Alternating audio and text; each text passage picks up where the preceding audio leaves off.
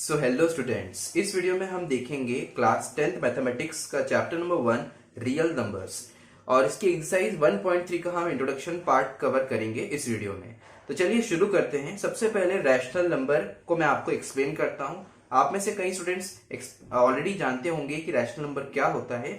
So let's discuss first of all what is rational number. A number which can be written in the form of P upon Q, where P and Q are co-prime integers and Q not equal to 0.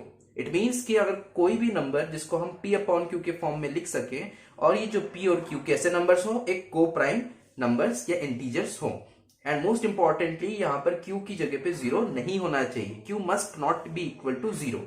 This is the definition of rational number. Right तो सबसे पहले समझते हैं कि P और Q को prime integers होने चाहिए। इसका क्या मतलब है? सो को प्राइम नंबर्स या इंटीजर्स एक ऐसे नंबर्स होते हैं जिनका 1 के अलावा कोई और फैक्टर नहीं होता। राइट एग्जाम्पल में हम लिख सकते हैं जैसे 2/3 मैंने यहाँ लिखा है। वाई 2/3? बिकॉज 2 and 3 ऐसे नंबर्स है जिनका दोनों का सिर्फ 1 ही फैक्टर है, मतलब 1 ही इन दोनों को डिवाइड कर सकता है। अपार्ट फ्रॉम 1 और कोई सा नंबर यहाँ पर ऐसा नहीं है जो इनको डिवाइड कर दे। चलिए एक और एग्जांपल लेते हैं 4/6।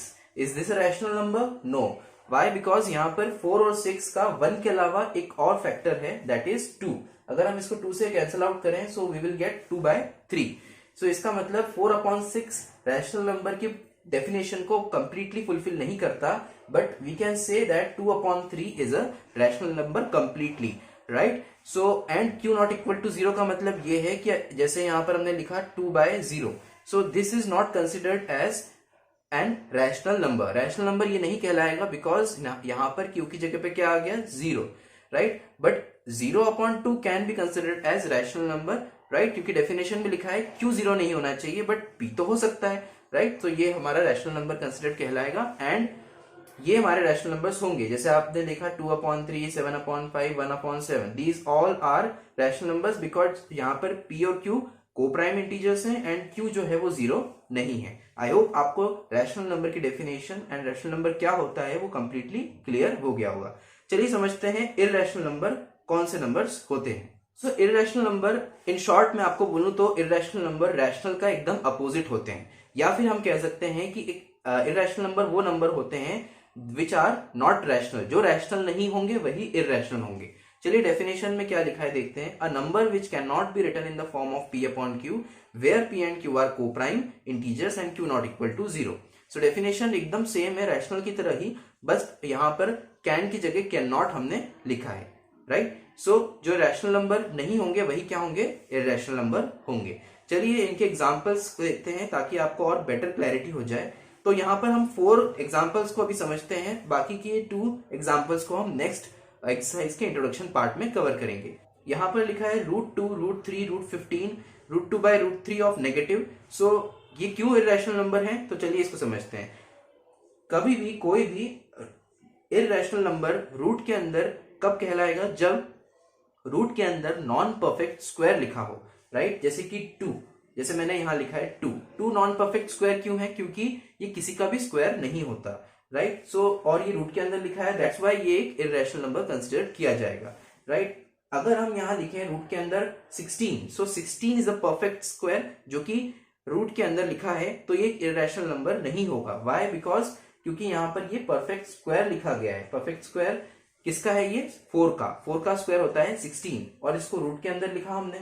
राइट तो यहां पर ये जो स्क्वायर लिखा है 4 का स्क्वायर, अगर हम ब्रैकेट लगा करके रूट की वैल्यू लिखें जो कि होती है 1/2, तो पावर्स का मल्टीप्लीकेशन हो जाएगा एंड 2 से 2 कैंसिल हो जाएगा। सो 2 से 2 कैंसिल होने के बाद हमारे पास क्या बचेगा? We are left with 4। So √16 को हम 4 लिख सकते हैं, that's why it is not considered as irrational number. इसलिए हम इसको इररेशनल नहीं कह सकते। Right so perfect square root के अंदर इररेशनल नहीं होता, बट एक नॉन परफेक्ट स्क्वायर रूट के अंदर एक इररेशनल नंबर होता है। तो यहाँ पर देखिए 2 किसी का स्क्वायर नहीं है, 3 भी किसी का स्क्वायर नहीं है, 15 also not a square of any number. So that's why these all numbers are considered as an irrational number. चलिए आई होप ये आपको क्लियर हो गया होगा। अब हम देखते हैं थ्योरम जो कि इस वीडियो में हम कवर करेंगे, जो कि मोस्ट इंपॉर्टेंट है। तो स्टूडेंट्स चलिए समझते हैं थ्योरम 1.3। सो थ्योरम 1.3 में आपको यहाँ पर लिखा हुआ है that let P be a prime number if P divides A square then P divides A also where A is positive integer।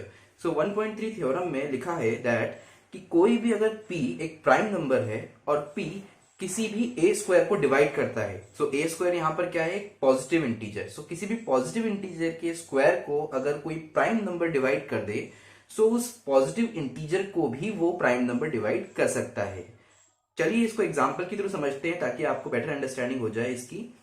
So example हमने लिया यहाँ पर एक p जो कि एक प्राइम नंबर है 2 एंड a आपने एक पॉजिटिव इंटीजर ले लिया कोई भी 12। सो अब यहां पर हमने थ्योरम में क्या देखा कि अगर इस पॉजिटिव इंटीजर का स्क्वायर अगर p से डिविजिबल है तो उस पॉजिटिव इंटीजर को भी p डिवाइड कर देगा। चलिए देखते हैं इसको। सो a स्क्वायर मतलब a यानी 12। सो 12 का स्क्वायर जो है वो 2 से डिविजिबल होना चाहिए, राइट। 12 का स्क्वायर 2 से डिविजिबल होना चाहिए। सो 12 का स्क्वायर क्या होता है, 144। इसको अगर हम डिवाइड करें तो आ जाएगा 72। 2 से हमने डिवाइड किया तो देखिए डिविजिबल हो गया। तो अभी थ्योरम क्या कहती है कि अगर इसका स्क्वायर 2 से डिवाइड हो गया है तो ये खुद भी 2 से डिवाइड हो जाएगा। तो देखिए ऑब्वियसली हो रहा है, 12 को हमने 2 से डिवाइड किया, we get here 6। So this theorem verifies that अगर किसी का स्क्वायर प्राइम नंबर से डिविजिबल है तो उसको वो खुद भी प्राइम नंबर से डिविजिबल होगा। आई होप ये आपको क्लियर हुआ होगा। चलिए एक और एग्जांपल लेते हैं। a square is divisible bye p। सो आपने यहाँ पर 3a ले लिया और p आपने 9 ले लिया। 9 का स्क्वायर 3 से डिविजिबल होगा क्या, चलिए देख लेते हैं। 9 का स्क्वायर दैट इज 81 और अगर उसको हम 3 से डिवाइड करें तो हमें क्या मिलेगा, 27 टाइम्स इज 81। सो अगर ये 81 3 से डिवाइड होता है सो इसका स्क्वायर, जिसका स्क्वायर था ये 9 का स्क्वायर था, तो 9 भी 3 से डिवाइड होगा। बिल्कुल हो रहा है, ठीक है। तो आई होप ये क्लियर हो गया होगा आपको। किसी भी नंबर का स्क्वायर अगर किसी प्राइम नंबर से डिवाइड होता है सो वो खुद भी क्या होगा, उस प्राइम नंबर से डिवाइड होगा। चलिए तो अब यहां पर ये आपको क्लियर हो गया। हम नेक्स्ट थ्योरम देखते हैं, थ्योरम 1.4। तो स्टूडेंट्स चलिए हम देखते हैं अब theorem 1.4 which says √2 as an irrational number. So आपको यहाँ पर इरेशनल नंबर √2 को बताना है, राइट। तो थ्योरम यहाँ पर हम कैसे प्रूव करेंगे, चलिए देखते हैं। हम यहाँ पर एजम्पशन मेथड का यूज करेंगे। एजम्पशन मेथड में हम क्या करेंगे, हम ये करेंगे दैट, इन शॉर्ट मैं आपको एक्सप्लेन कर देता हूं, √2 को हम रैशनल एज्यूम करेंगे, राइट। हम √2 को एक रैशनल नंबर एज्यूम करेंगे and as we go on in the proof then हम यहाँ पर बोलेंगे दैट √2 तो एक रैशनल नंबर है ही नहीं, वो रैशनल नंबर की प्रॉपर्टीज को फुलफिल ही नहीं कर रहा। सो हम बोल देंगे अरे हमने तो रैशनल नंबर जो हमने एज्यूम किया था कि √2 एक रैशनल है वो गलत था। सो ये √2 क्या होगा, एक इरेशनल नंबर होगा। सो चलिए हम इसको अब करते हैं। सबसे पहले हम लेट कर लेंगे, let √2 is an rational number. So अगर ये रैशनल नंबर है सो ये रैशनल नंबर की प्रॉपर्टीज को भी फुलफिल करेगा, राइट। तो हम क्या लिख सकते हैं, देन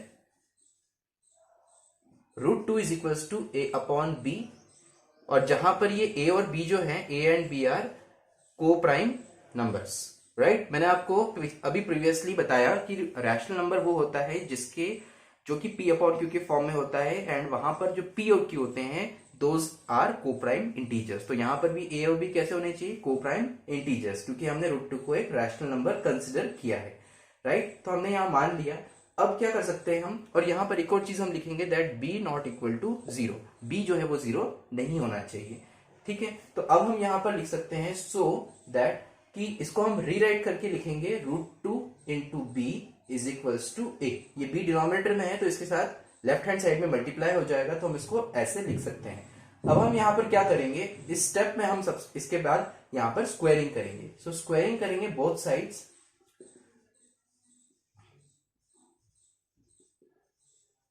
सो हमें क्या मिलेगा, स्क्वायरिंग करेंगे बोथ साइड, तो यहाँ पे √2b whole square is equals to a का होल स्क्वायर।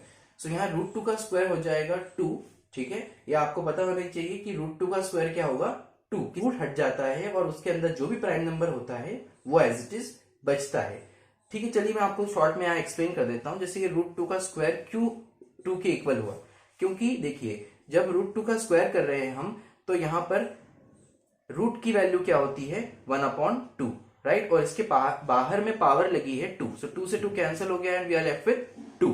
सो इसी वजह से √2 का स्क्वायर क्या हो गया, 2, ठीक है। आई होप कि आपको क्लियर हो गया होगा। चलिए अब प्रूफ में आगे बढ़ते हैं। तो यहाँ पर √2 का स्क्वायर तो 2 हो गया, बट b का स्क्वायर क्या होगा, b स्क्वायर। एंड ए का स्क्वायर क्या हो जाएगा, ए स्क्वायर, राइट। अब इसको हम फर्स्ट इक्वेशन कंसिडर कर लेते हैं, राइट। अब हम यहां पर क्या लिख सकते हैं, देयरफॉर ये जो 2b स्क्वायर है ये ए स्क्वायर के इक्वल में है, सो ये 2 मल्टीप्लाई में होने की वजह से यहां डिवाइड में जा सकता है और 2 जो है वो ए स्क्वायर को डिवाइड कर सकता है। तो यहां हम कंक्लूजन लिखेंगे that A square is divisible by 2। A square क्या है, डिविजिबल है 2 से, राइट। सो अगर ए स्क्वायर डिवाइड हो सकता है 2 से, जो कि ए क्या है, पॉजिटिव इंटीजर। अभी मैंने आपको प्रीवियसली थ्योरम 1.3 बताई थी, जिसमें हमने क्या देखा था कि ए स्क्वायर अगर किसी भी प्राइम नंबर से डिविजिबल है, सो ए भी प्राइम नंबर से डिविजिबल होगा। सो आप क्या लिखेंगे यहाँ पे, that a is also divisible by 2, right. ये हम थ्योरम के अकॉर्डिंग लिख सकते हैं। सो अभी यहां पर हमें क्या मिला, मैं आपको शॉर्ट में एक्सप्लेन कर देता हूं। जो ये 2 है वो आपका क्या आ गया, एक फैक्टर आ गया ए का, राइट। ए को 2 डिवाइड कर रहा है। चलिए अब आगे देखते हैं। सो अब यहां पर हमने इस चीज को लिखने की वजह से हम लेट कर सकते हैं that a is equals to 2c, है ना, क्योंकि अभी हमने बोला था कि ए जो है वो 2 से डिवाइड हो रहा है। सो हम यहां लिख सकते हैं कि 2c हम अनदर पॉजिटिव इंटीजर ले सकते हैं जिसमें हम 2 का मल्टीप्लाई करें और इसको भेजेंगे तो 2 से ये ए डिवाइड हो जाएगा। इस स्टेटमेंट के अकॉर्डिंग हम ये लिख सकते हैं। फिर से हम वही चीज करेंगे, स्क्वायरिंग करेंगे, स्क्वायरिंग बोथ साइड्स। जब हम स्क्वायरिंग बोथ साइड्स करेंगे तो यहाँ a का स्क्वायर हो जाएगा और 2c का होल स्क्वायर हम करेंगे तो ये हो जाएगा a square is equals to 2 का स्क्वायर 4 एंड c का स्क्वायर हो जाएगा c स्क्वायर। सो अब यहाँ पर जो a स्क्वायर की वैल्यू आई है 4c स्क्वायर, इसको हम पुट करेंगे इक्वेशन फर्स्ट में। So putting the value of a square is equals to 4c square in equation first. So जब फर्स्ट में हम इसको पुट करेंगे, सो फर्स्ट इक्वेशन में 2b square is equals to a square की जगह रखा हमने 4c स्क्वायर। सो 4 को ये 2 जो है वो क्या कर सकता है, डिवाइड कर सकता है। 2 मल्टीप्लाई में यहाँ के डिवाइड में जाएगा 4 के और इसको डिवाइड कर देगा तो आ जाएगा 2 और फिर c स्क्वायर। सो यहां पर इसी की तरह ये एक और स्टेटमेंट हमारी आ गई। सो अब हम यहाँ क्या लिख सकते हैं, 2 मल्टीप्लाई में यहाँ डिवाइड में जा सकता है लेफ्ट साइड में और b स्क्वायर को 2 डिवाइड कर सकता है। तो we can write here as b square is divisible by, b square को हम लिख सकते हैं कि वो डिविजिबल होगा 2 से, राइट। सो b स्क्वायर अगर 2 से डिवाइड हो रहा है, which means according to theorem 1.3 you can say that b is also divisible by 2। So b भी क्या होगा, 2 से डिवाइड हो जाएगा। सो स्टूडेंट्स हम यहाँ पर इन दोनों स्टेटमेंट्स के अकॉर्डिंग क्या कह सकते हैं, दैट a और b इन दोनों का एक कॉमन फैक्टर आ गया है 2 अदर देन 1, जो कि नहीं आना चाहिए था। क्यों नहीं, बिकॉज a और b तो हमने को प्राइम इंटीजर्स लिए थे, राइट। सो हम यहां पर क्या लिख देंगे, that here a and b have common factor 2 other than 1।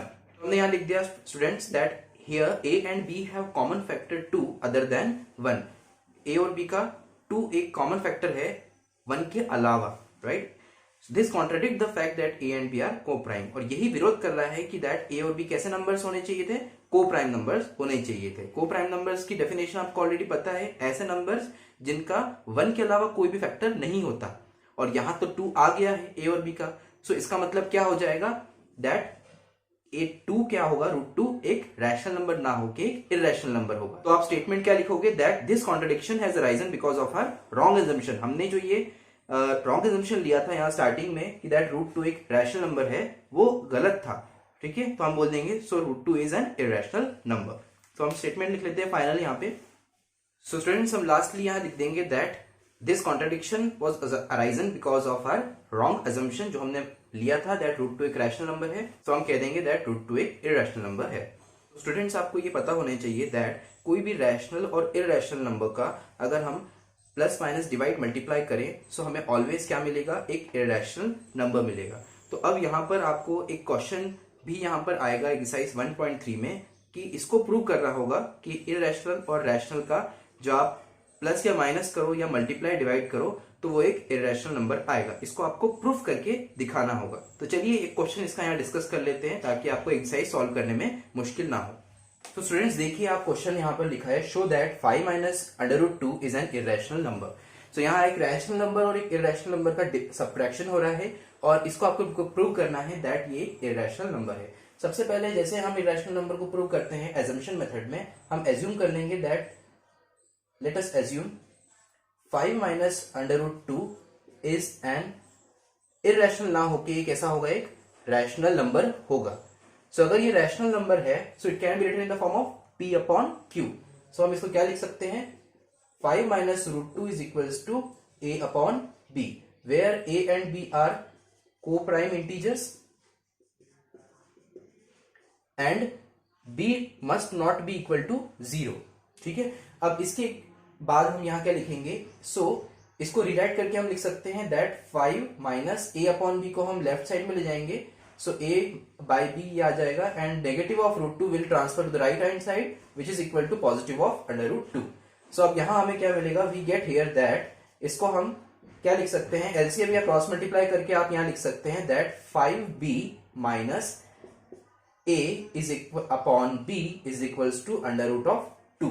सो अब यहां हम क्या लिखेंगे, simply that since a and b यहां पर कैसे क्या है, a and b are integers, so अगर a एंड b इंटीजर्स हैं so this will turn out to be an rational number. So आप क्या लिखेंगे, since a and b are integers you will write here that 5b minus a upon b is a rational number, right? So अगर a and b एक integers हैं सो ये पूरा क्या होगा, एक रैशनल नंबर होगा। सो अगर ये रैशनल नंबर है सो ये किसके इक्वल लिखा है, रूट टू के इक्वल। सो इसका मतलब क्या हो जाएगा, सो इस स्टेटमेंट के अकॉर्डिंग तो ये हो जाएगा दैट रूट टू एक रैशनल नंबर हो गया, root two is a rational number, right. But we know that root two तो इरैशनल होता है, ये अभी हमने प्रूव किया था प्रीवियस क्वेश्चन में, प्रीवियस थ्योरम हमने इस पे सॉल्व किए। तो हम क्या लिखेंगे, this contradict the fact that root two is an irrational number. ये विरोध कर रहा है कि दैट रूट टू क्या है, इरैशनल नंबर होता है। तो हम यहां लिख देंगे, राइट, ये हमने लिख दिया यहाँ पे कि यहाँ पर ये कॉन्ट्राडिक्ट कर रहा है, विरोध कर रहा है कि रूट टू एक इरैशनल होता है, बिकॉज वी नो होता है, और ये चीज यहाँ पर इस चीज का विरोध कर रही है।